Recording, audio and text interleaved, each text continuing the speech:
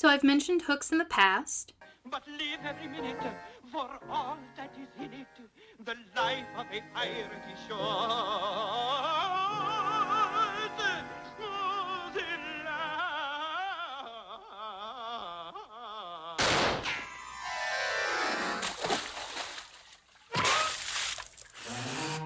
Now let me see.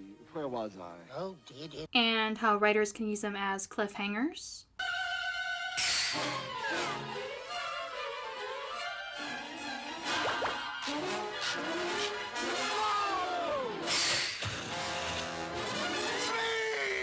Don't go away, Captain. Stay right there now, sir. I'll save you, sir.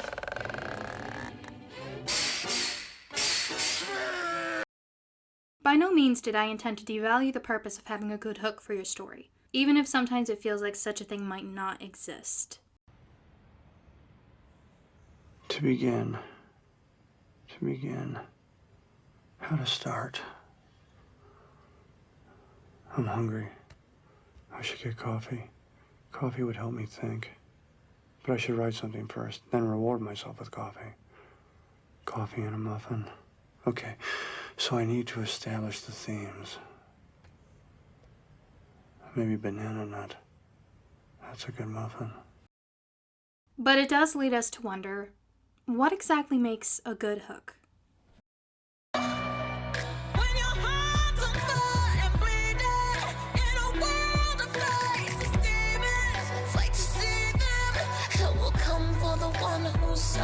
Refuse I. This is only the beginning of my true resurrection. Arriving on the nightmare, praying for a dream. True resurrection. For those of you who are new or have never heard of a hook before, it's a technique used to capture the reader's attention and get them to want to read more. You've heard the expressions, I couldn't put it down, I was hooked from the start, or getting hooked in.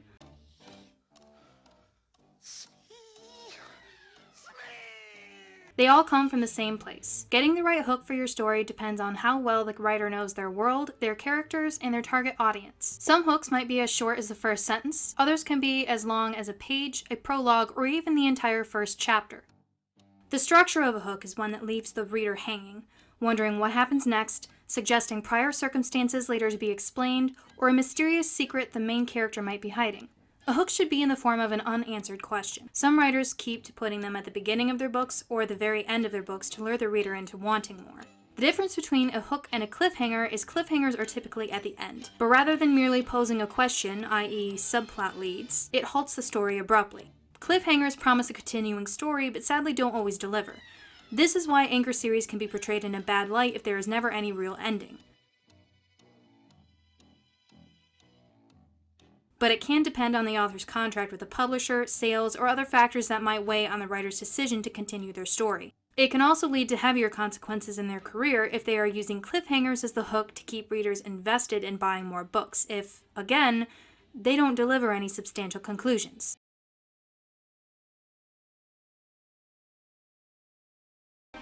Like sands through the hourglass, so are the days of our lives.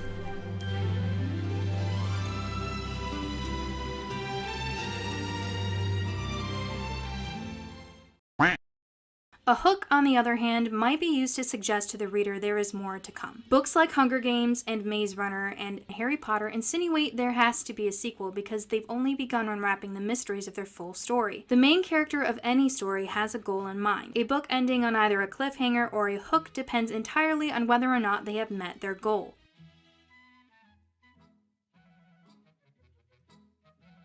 In Maze Runner, their goal was to escape the maze. They did so at a heavy cost, but the subplot of Wicked and the backstory to what actually brought them into the maze has not yet been uncovered. We know as the reader there is more to be explored, and the ending leaves us wondering what comes next for our heroes. Whether they are really safe for now, or is there a dreaded turnaround later on? In Hunger Games, Katniss and Peeta win the Hunger Games, but Haymitch is there to let them know it isn't over, that the real game is convincing the Capitol there is no coup, that President Snow is watching and everyone will always be watching. Even in After, not only does the book end with the reveal that Tessa has been lied to the entire time by Hardin, but every chapter leads us to believe there is something up, that something else is coming. Hooks can also be used in the opening of a book. sometimes they are connected to the ending or a part of conflict to connect with the readers later on. In Twilight, Stephanie Meyer's opens with a preface where Bella wonders about death, specifically her own death. That she is looking into the eyes of a hunter ready to kill her, and she wonders at the series of events that led up to this moment. A series of events we, the readers, are promised to explore so that we might be able to see the picture more fully, that we can understand what she meant.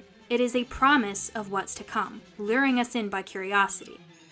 She ends the preface with this: "The hunter smiled in a friendly way, as he sauntered forward to kill me." Now we know that things are going to get serious. This hook works in two ways. One, giving us an interest in the mystery of what exactly is happening and what led up to this point. And two, leading us to wonder what is going to happen next. This hook is very effective in A, the promise, and B, the delivery or the lure, persuading the reader who might have only been half interested to want to keep reading. It's a motivational tactic writers use in their stories to keep the reader from getting bored. It makes the story more interesting, and it keeps it alive and moving in our thoughts with the questions ever present. The promise that a hook sets in the beginning isn't just meant to be fulfilled at the end of the book in a single answer. It might lead to the conclusion, but you might think about giving tidbits of information throughout to keep the story alive. This not only delivers on the promise a hook has set at the beginning, but it will keep the reader from feeling their time is being consumed and they might as well just skip to the end. Hooks can be used throughout the story in milder ways, placed at the end of chapters or at the end of a scene, continuing to lead the reader throughout the story like you were blazing a trail for them. Hooks can also be effective in poetry, building up to a different conclusion at the end to catch the reader off guard. Some of the most effective ones are those with unexpected endings, revealing the writer to be someone the reader did not expect. They are also used for query writing when pitching your story to any literary agency. They might also be used in a pitch.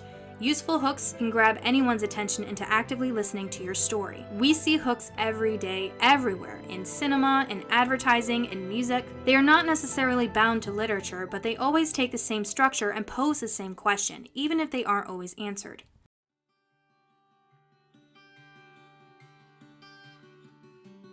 The Fault in Our Stars catches the reader off guard when Augustus is the one who ends up leaving Hazel behind, when we are led throughout the entire book to believe that Hazel will be the one to go. We are never given an answer to why this happened, because even though the question posed at the beginning revolves around death and the randomness with which it comes, the story is about the journey and the promise of something more, taking each day into account. I felt an ache in my hip. So I had a PET scan. And it lit up like a Christmas tree. I don't want to ask you for any favors, but if you have the time, and from what I saw you have plenty, please fix this for me. It's a eulogy for Hazel.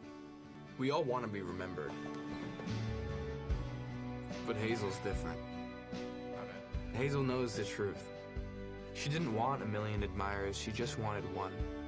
And she got it. Maybe she wasn't loved widely, but she was loved deeply. And isn't that more than most of us get? Tired of looking at her. You never worry if she's smarter than you, because you know she is. She's funny without ever being mean. I love her. Okay, Hazel Grace? Okay.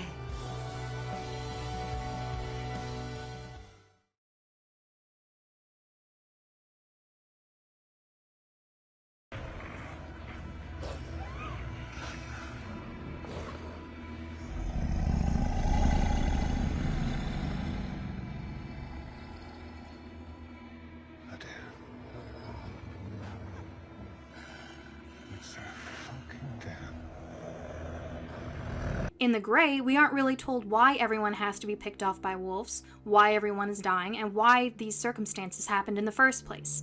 Even yelling to the skies for an answer, a sign, angers us in its quiet reverence. We are left with an ambiguous ending, not even given the fulfillment of knowing whether or not the main character has survived.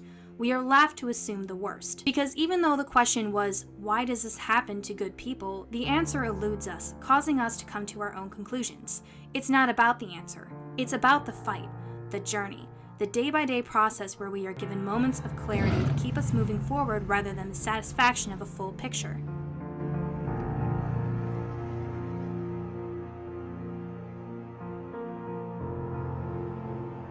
Once more into the fray. To the last confine I'll ever know. Live and die on this day.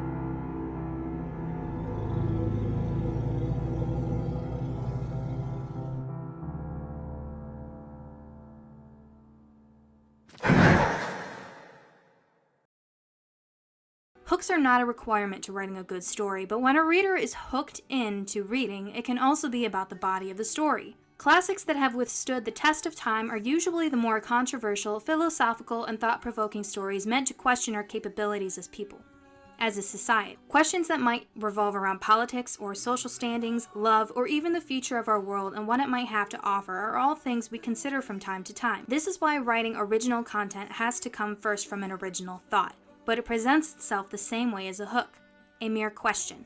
An unanswered question that we may never know the answer for. But the questions never change, continuing to elude us and tease us into realizing we aren't meant to know absolutely everything. How deep does space go? What comes next in life? After death? What will the world be like in 50, 100, 1,000 years? Maybe this is why these classics that are prevalent today were not only seen as controversial, but even dangerous in their day. To suggest we wander the recesses of our mind thinking about things we will never know admits to a certain lack of control that can be both wondrous and terrifying. But these questions do not go away, and as time goes on, more people ask the same questions and more people are curious about suggestions to answers for those questions, which might be why controversial classics like Animal Farm, Brave New World, and The Last Man were not well received at first. But later generations gather more courage the more we do know, the more we find out. The more we learn, the less we are afraid to wonder because we are starting to accept that there are answers to most things, but even if there are not answers to everything, it doesn't mean our curiosities are misplaced. All throughout history, people en masse have been afraid to admit they don't know everything, that the unknown is as frightening as it can be deadly. Many scientists, speakers, and religious leaders have died for the unknown, but they died unafraid to ask the real questions because it is the lack of answers that defines how strong we are mentally, how much we are capable of wondering and pushing that line without crossing it. We've made advantages little by little, but we've grown as a society. We're continuing to grow in medicine, in science, in art, and we will continue to do so as long as there are these questions left to be answered. It all starts with a hook.